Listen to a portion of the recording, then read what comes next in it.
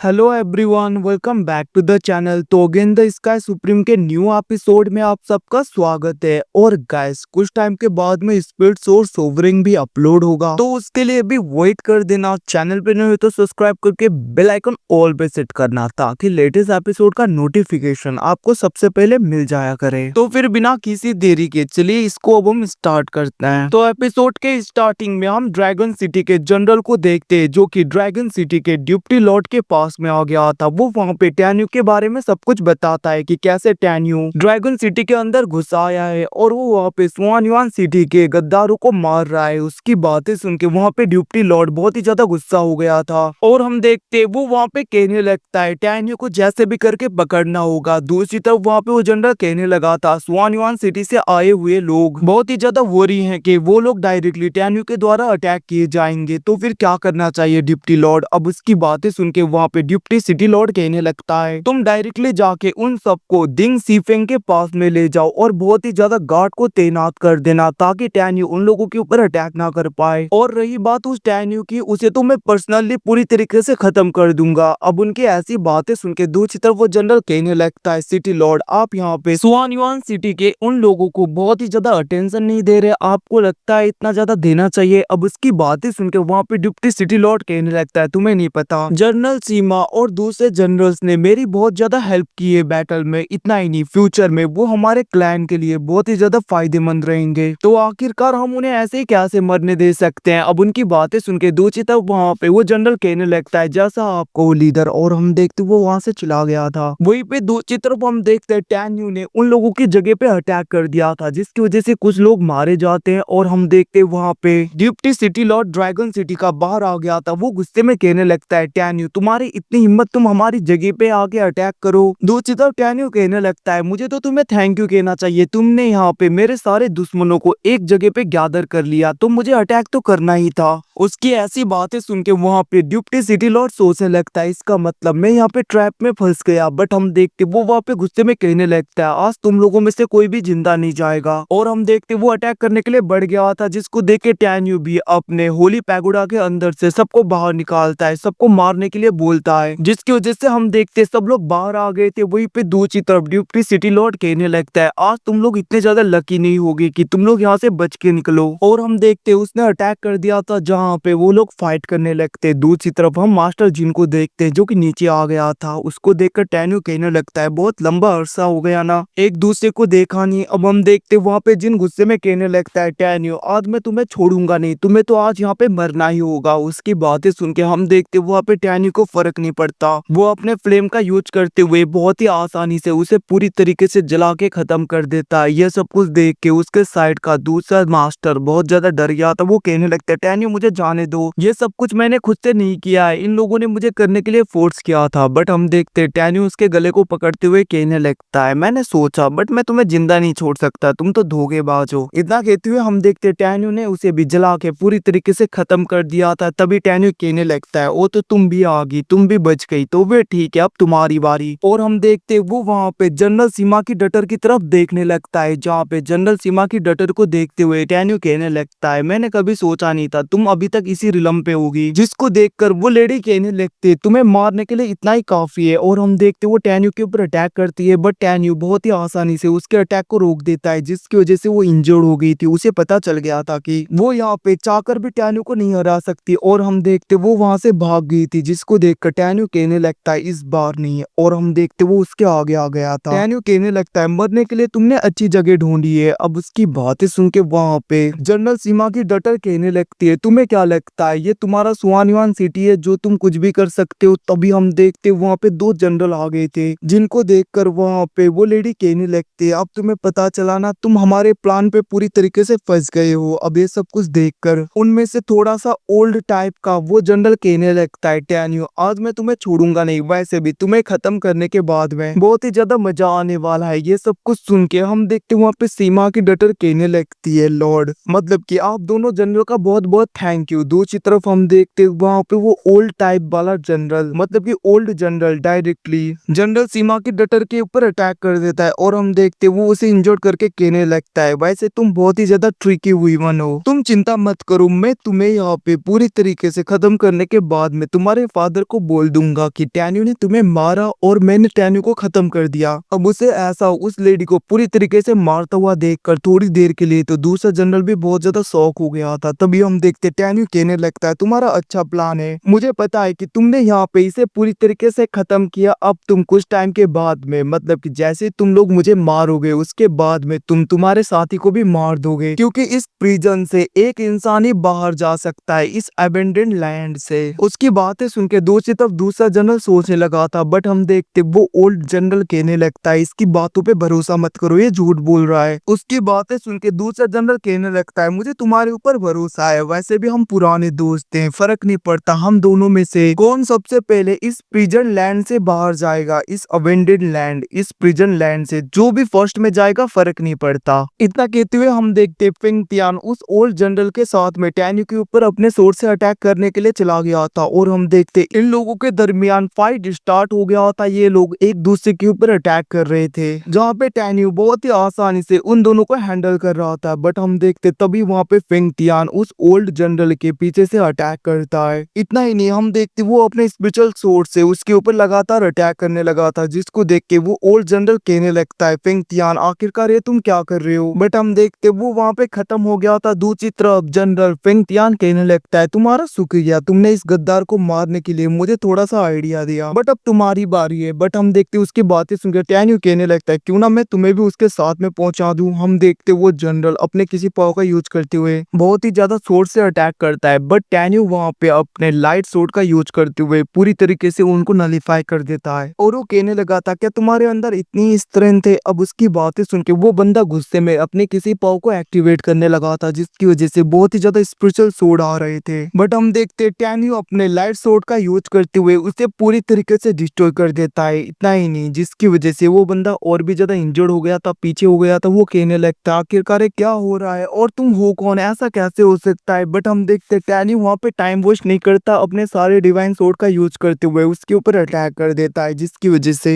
वो सारे divine sword हम देखते उसकी तरफ बढ़ने लगता है। वो बंदा वहाँ पे रोकने की कोशिश कर रहा था, बट हम देखते वो सारे सोर्ड उसके आर पार हो गए थे, जिसकी वजह से वो बंदा कुछ नहीं कर पाता और वो वहाँ पे पूरी तरीके से खत्म हो गया था। और हम देखते जैसे वो बंदा खत्म होता है वहाँ पे रूयू एंड दूसरे लोग आ गए थे। अब टैन्यू के हाथ में लाइट सोर्ड को देख के वहाँ पे रूयू को पास्ट का विजन आने लगता है कि उसके आर पार कैसे लाइट सोर्ड हो गया था थोड़ा बहुत। वो कहने लगती है मैंने इस सोर्ड को कहीं पे तो देखा है बट मुझे याद नहीं आ रहा। तो गाइस इसी के साथ एपिसोड खत्म। कुछ टाइम के बाद में स्पिरिट सोर्स ओवरिंग आएगा, उसके लिए वेट करना। Thanks for watching, bye see you again guys.